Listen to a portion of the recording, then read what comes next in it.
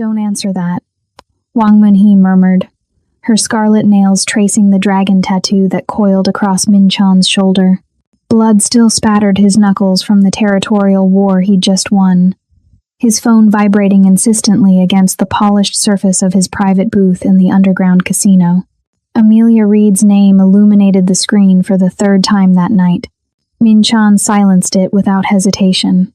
My wife knows better than to call during a victory celebration, he said, pulling Munhee closer as smoke from imported cigars clouded the air around them.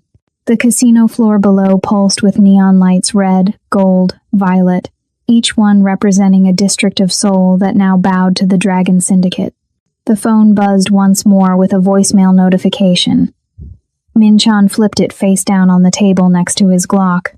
She never calls this late, Munhee whispered, her fingers pausing at his collar. Because she knows I'm always working, Min Chan replied, his hand finding the small of her back. That's why I control the entire underworld and have a marriage that exists only for appearances. 20 hours later, those same hands that had caressed his mistress were now trembling as Min Chan crashed through the doors of a remote coastal hospice. His designer suit jacket torn, his knuckles reopened and bleeding from beating answers out of his own men.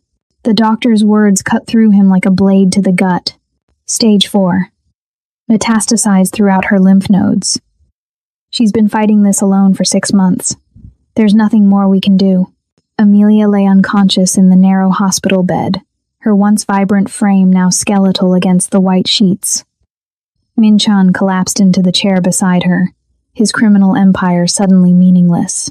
I finally listened to your message, he whispered, tears carving paths through the blood still dried on his face, the first tears he'd shed since burying his father in a rival's shallow grave 15 years ago. Why didn't you tell me in person? Amelia's eyes fluttered open briefly, her voice barely audible above the machines keeping her alive. I tried for months, Min Chan. You never had time. Welcome back to Dora's Romance Stories. Before we dive into this tale of power, betrayal, and devastating regret, comment down below where you're watching from and what time it is in your city. Don't forget to like and subscribe to join our storytelling family. What would you do if you discovered the most important call of your life was the one you deliberately ignored? How many moments have we all missed while chasing the wrong dreams? The Dragon Palace stood 5 stories deep beneath Seoul's Gangnam district, a monument to Min Chan's brutal rise and ruthless strategic mind. But that empire was built on a foundation of blood money, broken loyalty, and promises long forgotten. Amelia Reed stood by the floor-to-ceiling windows of their penthouse apartment, 17 floors above the casino entrance. Her silk robe provided little warmth against the chill that seemed to emanate from the walls themselves. It was nearly 2 a.m., and Min Chan still hadn't come home.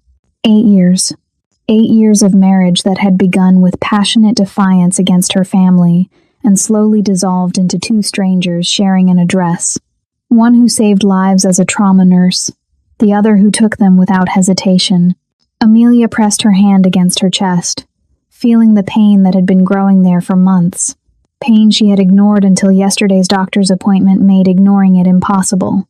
Miss Reed, I need to be candid with you, Dr. Song had said, her expression grave as she reviewed the scan results. The cancer is aggressive. It's spread to multiple organs. Without immediate chemotherapy and possibly surgery, your prognosis is... She had paused, her professional demeanor cracking slightly. You have months, not years. Amelia had nodded, a bitter smile nearly escaping her lips. Months, not years.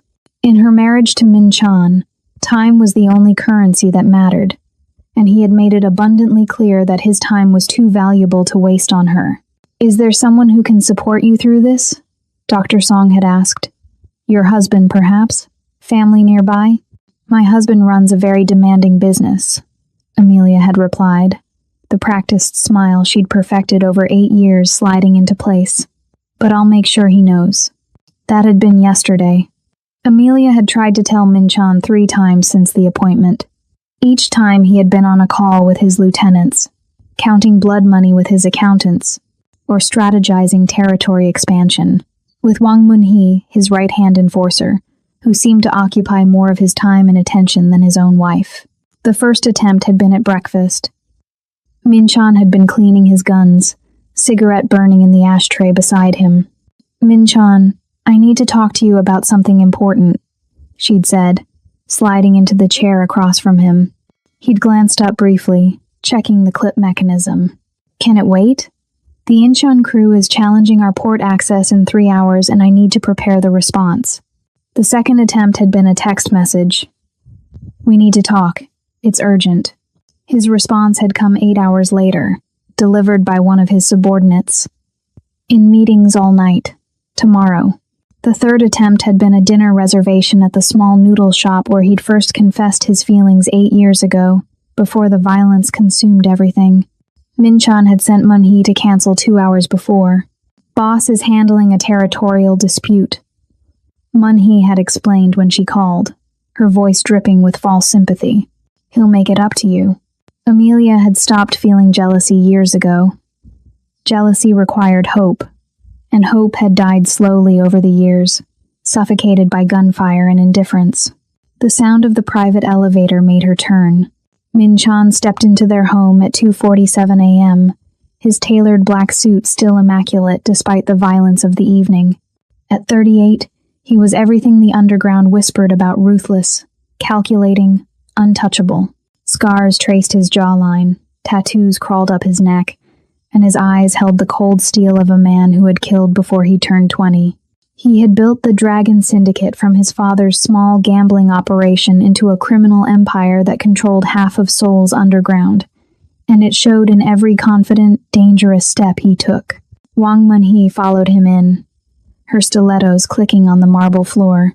She carried a leather briefcase and was discussing tomorrow's weapons shipment, her voice low and intimate in a way that made Amelia feel like an intruder in her own home.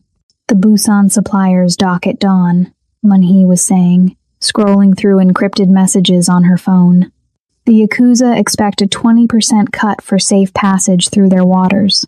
"Make it 15%, Minchan replied, loosening his tie but not removing it. "I want them to know we're not coming to the table weak." Neither acknowledged Amelia standing by the window, her arms wrapped around herself, her presence a ghost in the penthouse they all occupied. "Minchan," Amelia said softly. "Can we talk, please?" He glanced at her as if noticing her presence for the first time. "The shipment inventory needs verification tonight. The Yakuza don't wait. It's important." Amelia tried again, her voice barely above a whisper. "So is this. Everything is important, Amelia. That's how survival works in my world." He moved past her toward his private office, Munhee trailing behind with her ever-present briefcase and perfectly calculated smile that never quite reached her eyes. "It's about my health," Amelia said, the words escaping before she could stop them. Minchan paused mid-step, turning slowly. "Your health? What about it?" Amelia felt heat rise in her cheeks. Not like this. She hadn't wanted to tell him like this with his enforcer standing there, with him halfway to another meeting, another war, another place where Amelia couldn't follow. "I have cancer," she said, her hand moving to her chest where the pain lived. "It's advanced. Stage 4. For a moment, something flashed across Minchan's face. Surprise, confusion, perhaps even fear, but it vanished so quickly. Amelia wondered if she'd imagined it. "How long have you known?" he asked, his voice oddly detached, the same tone he used when interrogating rivals. "I got the diagnosis yesterday." "Yesterday, and you're only telling me now." Amelia felt a spark of anger ignite in her chest. "I've been trying to tell you since yesterday, Minchan. You never have time." Minchan checked the Rolex on his wrist, a watch purchased with protection money. "We'll discuss this tomorrow. I have the Yakuza waiting on confirmation. The doctor says it's terminal." Amelia pressed on, her voice breaking. "I need treatment. I need you." Minchan nodded curtly, his face hardening into the mask she'd seen him wear 1,000 times. "I'll have Munhee arrange for the best oncologists. We'll get you whatever medical support you need. Money isn't an issue." He paused, Now if you'll excuse me, I have a shipment to verify." And just like that, he was gone, disappearing into his office with Mun-hee, the door closing behind them with a soft, definitive click. Amelia stood there, invisible once again. She had become a beautiful relic in this museum of violence and power, something to be maintained but never truly seen. Have you ever felt like you were drowning while the person who promised to protect you counted money instead? Have you ever realized that the life you built with someone exists only in your memory, while they've moved on without ever leaving? The penthouse had 12 rooms, yet Amelia felt she couldn't breathe in any of them. She walked slowly to their bedroom suite, the one they no longer shared. Min-chan slept in his office most nights, or claimed to. Amelia had stopped asking where he really was after catching him and Mun-hee in an intimate conversation 4 months ago. Her hand on his chest, his fingers brushing her hair from her face. "She's just my enforcer," Min-chan had explained dismissively. "Don't be dramatic." In the bathroom, she stared at her reflection. 32 years old, dark hair falling in waves past her shoulders, eyes that once sparkled with purpose and compassion. She barely recognized herself anymore. The trauma nurse who had once saved lives in emergency rooms before giving it all up for love. For him, she remembered the first time they met. Min-chan stumbling into her ER with a knife wound, refusing anesthesia, his eyes alive with something she'd mistaken for vulnerability. "You have gentle hands," he'd said through gritted teeth as she stitched him up. It's a rare gift to touch someone with violence and make it feel like care. What Amelia hadn't realized then was that Min-chan approached everything as a weapon to be sharpened, a weakness to be exploited. He'd been analyzing her compassion, not feeling it. That distinction had taken years to understand. Her phone sat on the counter, and she picked it up with trembling hands. She had composed these words 100 times in her mind. Now she needed to say them aloud, even if he wouldn't listen in person. Amelia pressed record and began to speak, tears streaming down her face. "Min-chan, it's me. I know you're busy, you're always busy, but I need to tell you something important. I've been carrying this diagnosis alone since yesterday. I have terminal cancer. The doctor says without aggressive treatment, I have months, not years. But even with treatment, the prognosis isn't good." Her voice broke, but she continued. "I can't remember the last time you looked at me like I mattered. Like I was more than just another obligation you inherited when you took over the syndicate. I thought when we married that our love was strong enough to survive your world. We were so happy once, weren't we? 8 years ago, I believed that what we had was special enough to weather any storm. But 8 years later, I'm still waiting for the man I fell in love with to return, and I can't wait anymore. Not with the time I have left." Amelia took a deep breath, memories flooding back. Min-chan teaching her to shoot in case his enemies came for her.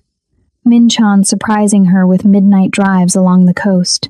Min-chan holding her through panic attacks after particularly violent nights. Where had that man gone?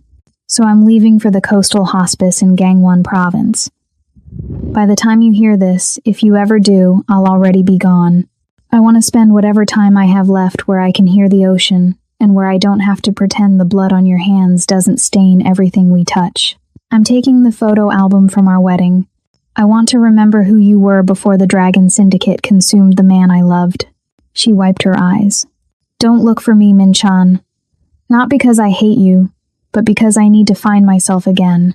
I need to remember what it feels like to matter to someone, to be more than just a weakness someone could exploit to hurt you. I loved you. I really did. I loved you enough to wait 8 years, hoping you'd love me back. But I don't have 8 more years. I don't even have 1. Her voice dropped to a whisper. "Goodbye, my dragon. I hope you find peace in your empire of ashes." She hit send before she could change her mind. The message uploaded as a voice note to Min-chan's phone. The timestamp read 3:15 a.m. 5 floors below in his private office, Min-chan sat with Mun-hee reviewing shipment manifests. His phone buzzed on the desk.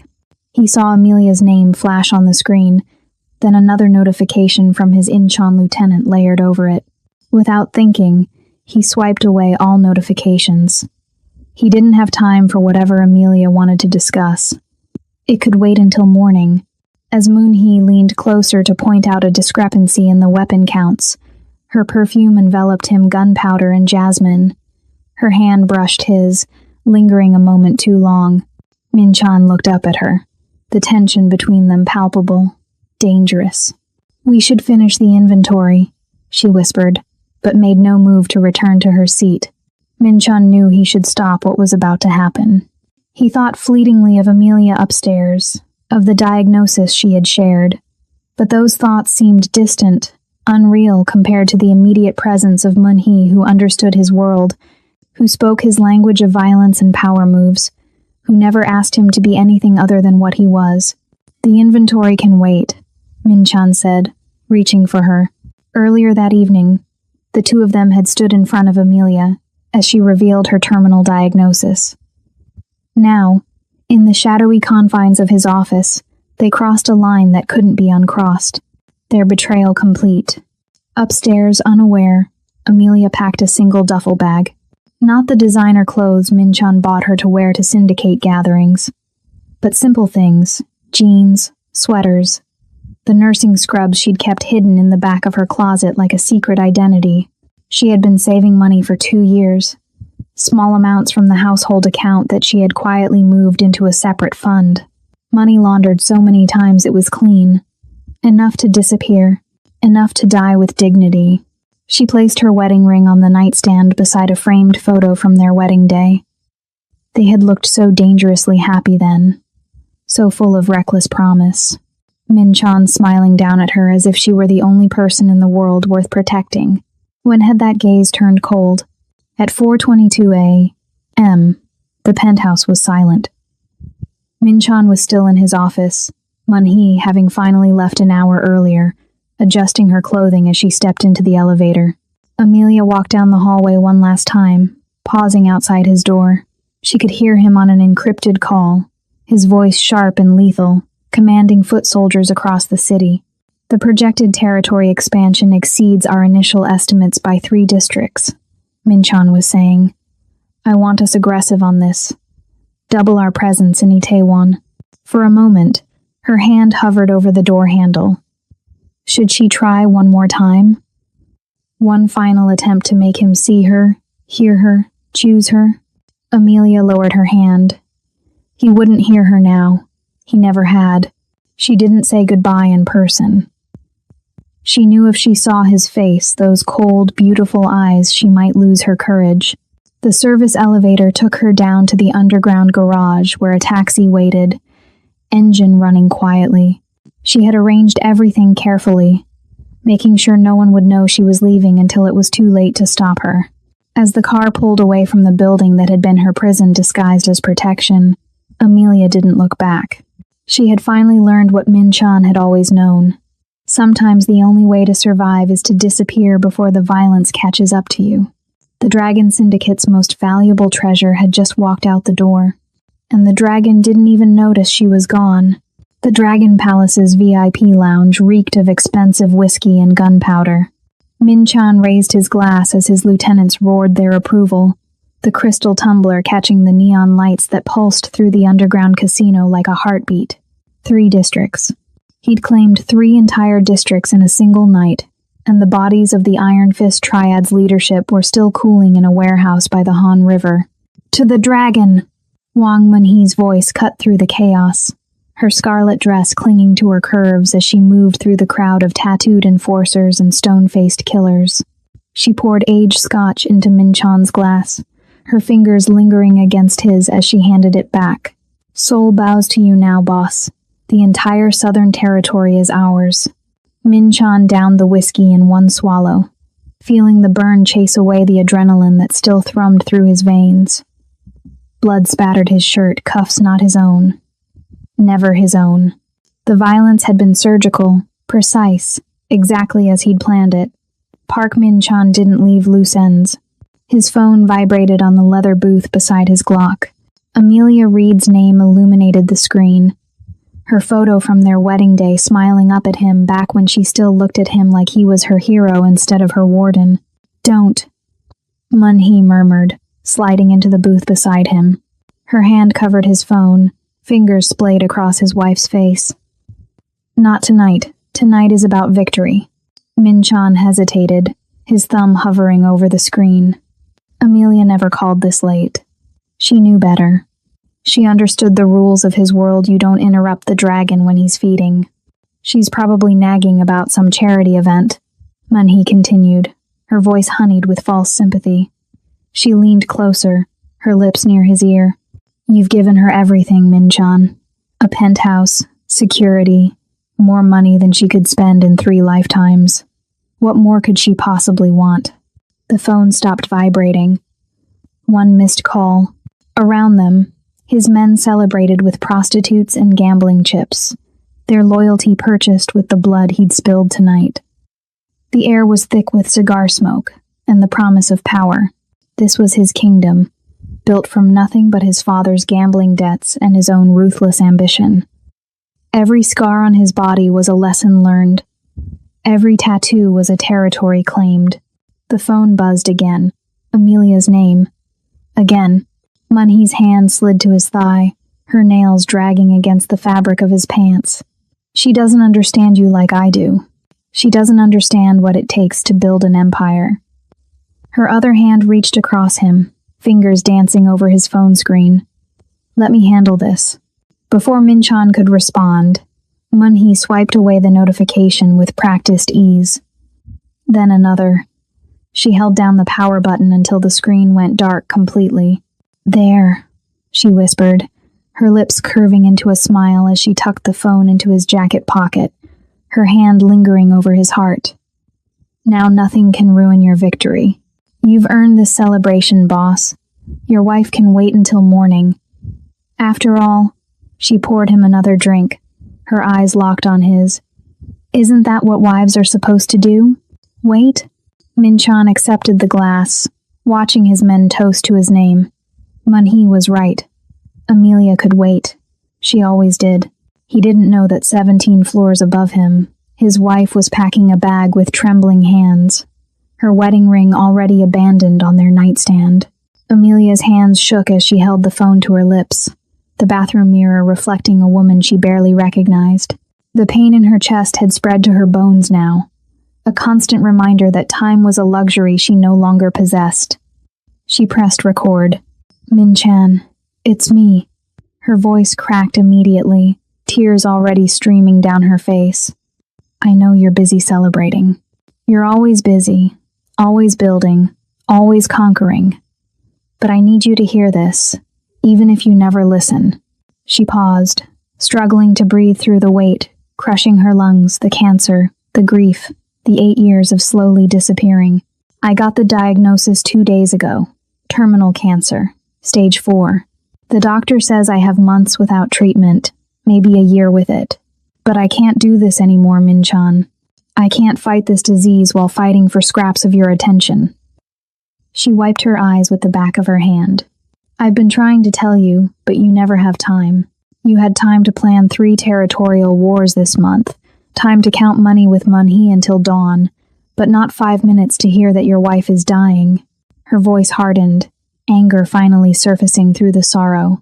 I'm leaving tonight. By the time you hear this, I'll already be gone. I'm going to the coastal hospice in Gangwon province where I can die with dignity instead of invisibility. I'm taking the photo from our wedding, the one where you still looked at me like I mattered. I want to remember who you were before the Dragon Syndicate devoured the man I loved. She took a shuddering breath. Don't look for me. I need to find myself again before I disappear completely. I loved you, Min-chan. I loved you enough to become a ghost in my own home, but I don't have enough time left to keep waiting for you to love me back. Goodbye, my dragon. I hope your empire keeps you warm. She hit send, watching the voice note upload with a finality that made her chest tighten. 3:15 a.m. He'd see it eventually. Maybe. Moving mechanically, Amelia pulled a worn duffel bag from the closet, not the designer luggage Min-chan had bought her, but the canvas bag from her nursing school days. She packed her old scrubs, faded jeans, the simple cotton dresses she'd hidden away. No jewelry, no expensive gifts, just the things that still felt like her. From the drawer, she retrieved a single photograph, its edges worn from being held too many times. Min-chan, at 29. Before the scars multiplied, before his eyes turned to ice, he was smiling at her like she was his entire world, not just another asset to protect. The apartment was silent except for her footsteps as she walked to Min-chan's office. His gun safe dominated one corner, matte black steel that required his fingerprint to open. She stared at it for a long moment, this monument to his violence, this altar to his power. Amelia pulled off her wedding ring, the platinum band that had once symbolized forever. She placed it carefully on top of the safe, watching it catch the dim light. A treasure abandoned on a tomb. She didn't leave a note. The ring said everything she couldn't. Min-chan stumbled through the penthouse door at 6:47 a.m. His shirt untucked, lipstick smudged across his collar. The celebration had stretched into dawn. Whiskey and adrenaline blurring the hours into a haze of victory toasts and Munhee's hands on his skin. His head pounded, but it was the good kind of pain, the kind that came from winning. The apartment was silent. Too silent. Usually Amelia would be awake by now, moving quietly through the kitchen, preparing tea she knew he'd never drink. She'd learned years ago not to ask where he'd been, not to comment on the blood or the perfume that wasn't hers. She'd learned to be invisible, which was exactly what he'd needed her to be. Amelia? His voice echoed off the marble floors, swallowed by emptiness. No response. Min-chan moved through the living room, his instincts honed by 15 years of survival in Seoul's underworld, screaming that something was wrong. The air felt different, stale, abandoned, the kind of stillness that preceded an ambush. He checked the bedroom first. The bed was made with military precision, untouched. Her slippers were gone from their usual place by the nightstand. The bathroom held no trace of her, no toothbrush, no medications, no evidence she'd ever existed there at all. His heart began to race. A sensation he hadn't felt since the night his father was executed by the Iron Fist Triad. Fear. Actual fear. Min-chan pulled his gun from his waistband, checking corners like he was clearing a hostile location. Kitchen empty, guest rooms untouched. Her closet half bare. Only the expensive dresses he'd bought for syndicate events remained, hanging like abandoned costumes. Where the fuck was she? He burst into his office, ready to check the security cameras, ready to mobilize every soldier in his command to find her. His eyes swept the room and stopped dead on the gun safe. Platinum gleamed against matte black steel, her wedding ring. Min-chan crossed the room in 3 strides, snatching the ring from the safe like it might disappear. The metal was cold in his palm, accusatory. He stared at it, his mind racing through possibilities. Kidnapping, but there were no signs of struggle. Ransom, but no one had called. Betrayal, but Amelia didn't have it in her to betray anyone, least of all him. The silence pressed against his eardrums like water pressure, drowning him. This wasn't the silence of an empty apartment. This was the silence of abandonment, of finality. His phone. Where was his fucking phone? Min-chan patted his pockets frantically, finding it in his jacket. The screen was black, dead. When had Munhee turned it off? He jabbed the power button, waiting an eternity for it to boot up. Notifications flooded the screen. 3 missed calls from Amelia between 2 and 3 a.m. 1 voice message. Timestamp, 3:15 a.m. His thumb hovered over the play button, and for the first time since he'd killed his first man at 19, Park Min-chan's hands trembled. He pressed play. Amelia's voice filled the office, and with every word, his empire of blood and steel began to crumble. Min-chan's finger trembled as he pressed play. The wedding ring still clutched in his other hand like a talisman that had lost its power. Min-chan, it's me. Amelia's voice cracked through the speaker, and something in his chest cracked with it. He'd heard men beg for their lives, heard rivals scream as they died, but nothing had ever sounded like this raw, broken defeat. I know you're busy celebrating. You're always busy, always building, always conquering, But I need you to hear this, even if you never listen." He sank into his desk chair, the gun still in his waistband pressing against his spine. Outside the window, Soul was waking up his soul, the city he'd conquered district by district. But her words were stripping away everything he'd built, revealing the rot beneath. "I got the diagnosis 2 days ago. Terminal cancer. Stage 4. The words hit him like bullets. Terminal, cancer, stage 4, 2 days ago. 2 fucking days, and he hadn't known, hadn't noticed, hadn't cared enough to see past his own ambition. "The doctor says I have months without treatment. Maybe a year with it. But I can't do this anymore, Min-chan. I can't fight this disease while fighting for scraps of your attention." His jaw clenched so hard he tasted blood where his teeth cut into his cheek. He remembered now her standing in the living room, trying to tell him something. "It's about my health." And what had he said? "We'll discuss this tomorrow." He dismissed her like she was one of his street soldiers, someone whose problems could wait while he built his empire. "I've been trying to tell you, but you never have time. You had time to plan 3 territorial wars this month, time to count money with Moon-hee until dawn, but not 5 minutes to hear that your wife is dying." Moon-hee. The name detonated in his mind like a grenade. His phone, Moon-hee had turned it off. Amelia's calls, Moon-hee had swiped them away. She's probably nagging. His enforcer's voice echoed in his memory, and rage began to build in his gut like a nuclear reaction. "I'm leaving tonight. By the time you hear this, I'll already be gone. No, no, no, no. Don't look for me. I need to find myself again before I disappear completely. I loved you, Min-chan. I loved you enough to become a ghost in my own home.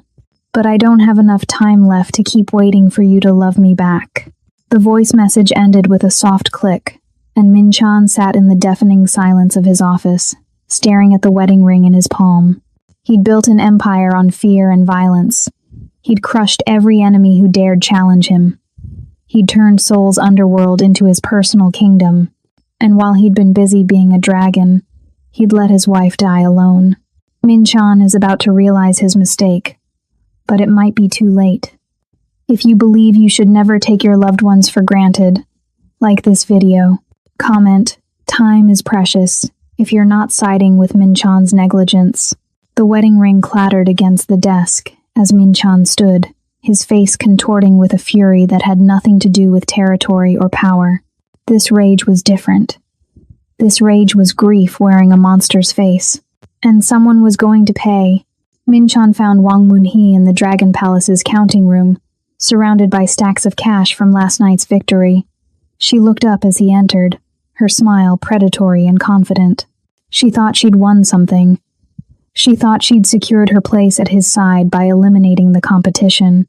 She had no idea she'd just signed her own death warrant. "Boss, you're back early. I thought you'd sleep until..." The back of his hand caught her across the face, sending her sprawling into the counting table. Bills scattered like snow as she hit the floor, blood trickling from her split lip. His men around the room froze, hands instinctively moving toward weapons they wouldn't dare draw. "You turned off my phone." Min-chan's voice was quiet, deadly calm, the kind of calm that preceded executions. "Last night, in the VIP lounge, you silenced my wife's calls and told me she was nagging." Moon-hee pushed herself up on her elbows, fear finally bleeding through her calculated composure. "Boss, I was just trying to protect your celebration. She was dying." The words came out like shards of glass. "Terminal cancer. Stage 4. She was calling to say goodbye, and you deleted the notifications because you thought you could take her place." Understanding dawned across Moon-hee's face, followed immediately by panic. She scrambled backward, blood from her lips staining the $100 bills beneath her. "Min-chan, please. I didn't know. You didn't care." He crouched down, grabbing her jaw with bruising force, making her look into his eyes. "You saw my wife's name on that screen, and you decided her life was worth less than your ambition. You decided you knew better than me what I needed." His grip tightened until she whimpered. "I should kill you. Slowly. Make it last days. He released her suddenly, standing. But you're not worth the bullet. You're not worth my time or my rage. You're nothing. Minchan turned to his lieutenants who lined the walls like statues. Strip her. Rank, accounts, properties, protection. Everything she has came from this syndicate. Take it all back. Every one, every privilege, every connection. By sunset, I want Wang Munhee to be exactly what she was before I made the mistake of trusting her nobody. Boss, please. Munhee's voice cracked as two enforcers hauled her to her feet. Put her on the street in Itaewon. Let her explain to the rival gangs why the dragon's former right hand is suddenly unprotected. See how long her ambition keeps her warm. The enforcers dragged her toward the door, her screams echoing through the counting room. Minchan didn't watch her go. She was already dead to him. He pulled out his phone, dialing his most trusted lieutenant. Mobilize everyone, every soldier, every informant, every contact we have in this city and beyond. I need hospital records, hospice admissions, any facility within 300 kilometers that treats terminal patients. Find my wife. Boss, what are we looking for? Amelia Reed, mid-30s, Korean-American, former trauma nurse. She left sometime between 3 and 6 this morning. Find her. Minchan ended the call and stared at the scattered money around him, blood money that suddenly meant nothing at all. His empire had cost him everything that mattered. Now he'd burn it all down to get her back. Seoul's underworld bent to Minchan's will like grass before a hurricane. Within 2 hours, every street-level informant, corrupt hospital administrator, and bought-off government official received the same message. Find Amelia Reed, or answer to the dragon. Minchan stood in the back office of a private medical clinic in Gangnam, his gun pressed against the temple of Dr. Choi, a man who'd been on the syndicate's payroll for years. The doctor's hands shook as he scrolled through patient databases, sweat streaming down his face. I'm telling you, boss, she's not in our system. We haven't admitted anyone by that name. Then check the referrals. The transfers. Terminal cancer patients seeking hospice care in the last 48 hours. Minchan's voice was sandpaper and ice. My wife is a trauma nurse.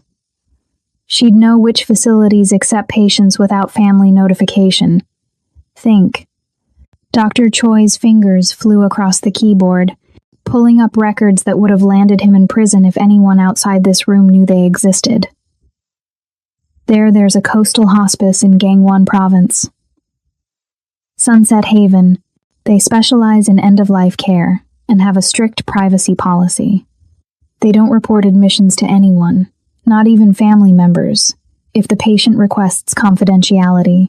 Minchan memorized the address before the doctor finished speaking. If you're wrong, I'll burn this clinic to the ground with you inside. He was already moving, phone pressed to his ear as he hit the street. Get me everything on Sunset Haven Hospice. Staff roster, security protocols, layout. I want it in my inbox before I reach the highway. His Maserati was parked illegally outside, and Minchan slid behind the wheel, engine roaring to life like a beast awakened. The GPS showed 3 hours to Gangwon Province. He'd make it in 2. The highway blurred past at speeds that would have gotten anyone else arrested. Minchan drove with the same reckless precision he used in firefights, calculated chaos, controlled destruction.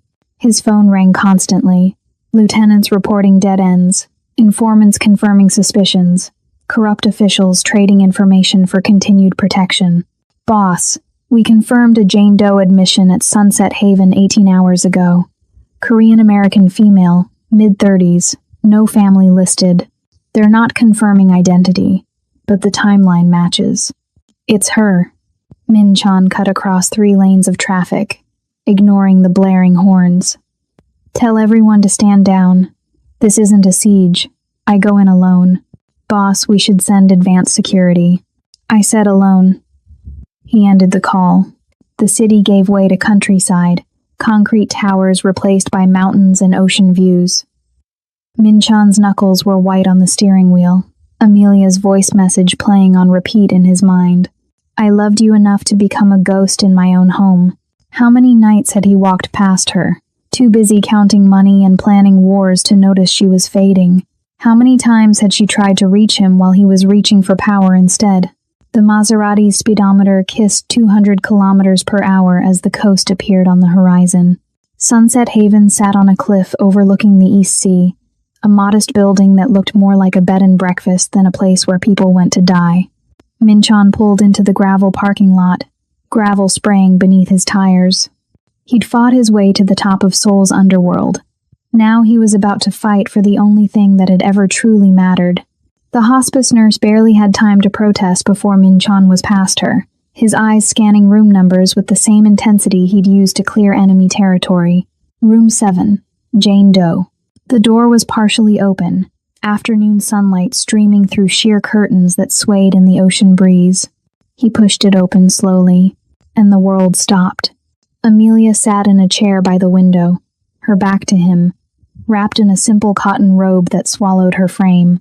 She was staring at the sea, and even from behind, Minchon could see how much smaller she'd become. The cancer had carved her away, leaving behind someone who looked like a ghost of the woman he'd married. Amelia. Her name came out broken, barely a whisper. She turned slowly, and Minchon felt his knees weaken. Her face was gaunt, cheekbones sharp beneath skin that had lost its warmth. Dark circles shadowed her eyes, eyes that had once looked at him with love and now held only resigned exhaustion. An IV stand beside her chair dripped clear fluid into her arm. "How did you find me?" Her voice was soft, defeated, not angry, just tired. "I burned half of Seoul to the ground looking for you." Minchon took a step forward, then another, his hands shaking. The man who'd never trembled while holding a gun couldn't stop his hands from shaking now.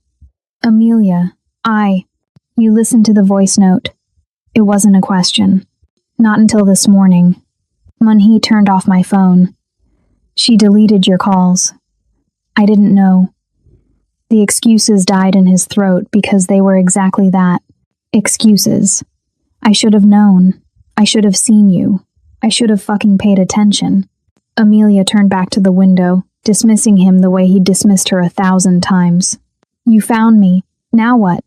You can't shoot cancer, Minchon. You can't threaten it or buy it off. There's no territory to conquer here. Just time. And I'm running out."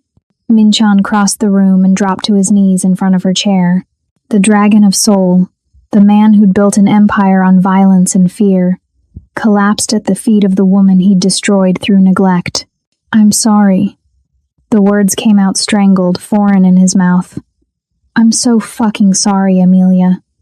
You tried to tell me and I chose everything else. I chose power and money and control, and I let you die alone." Tears carved tracks down his face, the first he'd shed since burying his father. His hands reached for hers, those gentle hands that had once stitched his wounds and held his face like he was worth saving, but he stopped short, afraid to touch her, afraid she might break. "I don't know how to fix this," he whispered. "Tell me how to fix this." Amelia finally looked down at him, and something cracked in her expression. "You can't fix it, Minchon. That's what you never understood. Some things can't be solved with violence or money. Some things just end." Amelia suffered in silence while he chased power. If you think this kind of toxic neglect is unforgivable, make sure you're subscribed. Comment, "Real men care to show you stand against this kind of behavior."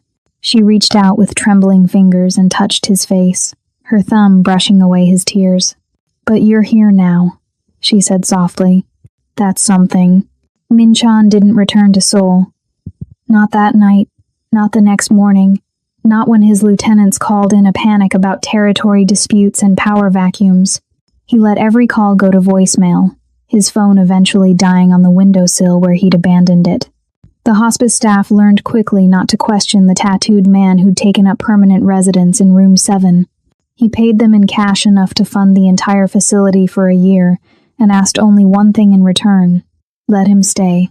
He pulled a chair next to Amelia's bed and sat vigil like a soldier guarding the only thing left worth protecting. When she was strong enough, he wheeled her to the cliff's edge, where they watched the sun set over the East Sea, painting the sky in colors he'd never stopped to notice before. When the pain became too much, he held her hand while morphine dripped into her veins, counting her breaths like they were his last precious possessions. "Tell me about nursing school," he said one evening, desperate to fill the silence with anything but the machines monitoring her failing body. "You never talk about it." Amelia's eyes were closed, but a faint smile touched her lips. "I wanted to save people." "Funny, isn't it? I married a man who kills them. I'm sorry I made you give it up. You didn't make me. I chose you over everything else." She opened her eyes, looking at him with devastating clarity. "I just wish you'd chosen me back." The words cut deeper than any blade. Min-chan brought her hand to his lips, kissing her knuckles. "I'm choosing you now. The syndicate can burn. Let them fight over the scraps. I don't care anymore. Min-chan." Her voice was firm despite its weakness. "Promise me something. Anything. End it. The violence, the Dragon Syndicate, all of it. Promise me you'll walk away." He wanted to argue, to explain that it wasn't that simple, that the underworld didn't let you retire, that leaving meant becoming prey. But when he looked into her eyes, those eyes that had loved him when he was nothing, that had waited 8 years for him to become human again, the arguments died. "I promise. Mean it. Don't just tell me what I want to hear. Actually leave that world behind. Build something that doesn't require blood to maintain." She squeezed his hand with what little strength she had left. "Do it for me. Let me die knowing you'll live." Min-chan pressed his forehead against their joined hands, his shoulders shaking. "I'll dismantle it all. Every operation, every territory. I'll scatter the syndicate to the wind. Just please," his voice cracked, "please don't leave me yet. I'm not leaving you, my dragon. I'm just going ahead. You'll catch up someday." Amelia's fingers brushed through his hair, the same gesture she'd used when they were young, and the world felt full of possibility instead of regret. But not for a long time. "Promise me that too." "I promise." Outside, Seoul was likely tearing itself apart without its dragon. Inside room 7, Min-chan held his wife and learned what power actually meant. Not the ability to destroy, but the courage to let go. Amelia passed away on a Tuesday evening as the sun melted into the East Sea, painting the sky in shades of amber and rose gold. Min-chan held her hand as her breathing slowed, each exhale stretching longer than the last until finally, mercifully, there was only silence. No gunfire, no screaming, no violence, just peace. He sat with her body for 3 hours, memorizing the curve of her face, the way the fading light touched her hair. The hospice staff gave him space, understanding that some goodbyes required time that couldn't be measured in minutes. When he finally stood, Min-chan kissed her forehead and whispered the words he should have said every single day. "I love you. I'm sorry I made you wait so long to hear it." The funeral was small, just Min-chan and a handful of nurses who'd cared for Amelia in her final days. No syndicate members, no displays of power. He buried her in a hillside cemetery overlooking the ocean, where wildflowers grew between the headstones and the air smelled like salt and freedom. The Dragon Syndicate collapsed within 6 months. Min-chan didn't fight to save it. He dismantled it methodically, paying off debts, releasing men from their oaths, liquidating assets. The underworld whispered that he'd gone soft, that grief had broken him. They were half right. Grief hadn't broken him. It had finally made him whole. 3 years later, a man in worn jeans and a faded flannel shirt knelt in a garden, his hands deep in rich soil. His tattoos had faded to shadows beneath sun-weathered skin. His scars no longer symbols of violence, but simply marks of a life lived. No designer suits, no guns, no blood money. The Amelia Reed Foundation occupied 5 acres of coastal property in Gangwon Province. The main building housed a hospice care facility where terminal patients received treatment regardless of their ability to pay. The gardens, Amelia's gardens, as Min-chan called them, sprawled across the hillside in careful rows of medicinal herbs, flowering shrubs, and vegetables that fed both patients and staff. Min-chan spent his days here now, tending to life instead of dealing in death. He planted roses where Amelia was buried, adding new varieties each season until her grave became a riot of color that could be seen from the hospice windows. Patients often found him there, talking to her headstone like she might answer back. "The peonies are blooming early this year," he said, brushing soil from a budding plant. "You'd love them, pink, like the dress you wore on our wedding day." A young nurse approached hesitantly. "Mr. Park, the new patient in room 7 is asking for you. She wants to know about the gardens." Minchan smiled a real smile, the kind Amelia used to coax from him when they were young. "Tell her I'll be right there." He stood slowly, his knees protesting after hours of kneeling, and cast one last look at Amelia's grave. The Dragon of Soul was dead, buried alongside the woman who'd loved him despite his monsters. In his place stood a gardener who'd learned the hardest lesson of all, that empires built on violence turned to ash, but love, even love discovered too late, could bloom eternal. CTA integration. Minchan learned his lesson the hard way. Don't let your ambitions cost you the people who love you. If you stand for love over money, hit subscribe and share this story with someone who needs to hear it. The gardens needed tending, and he had promises to keep.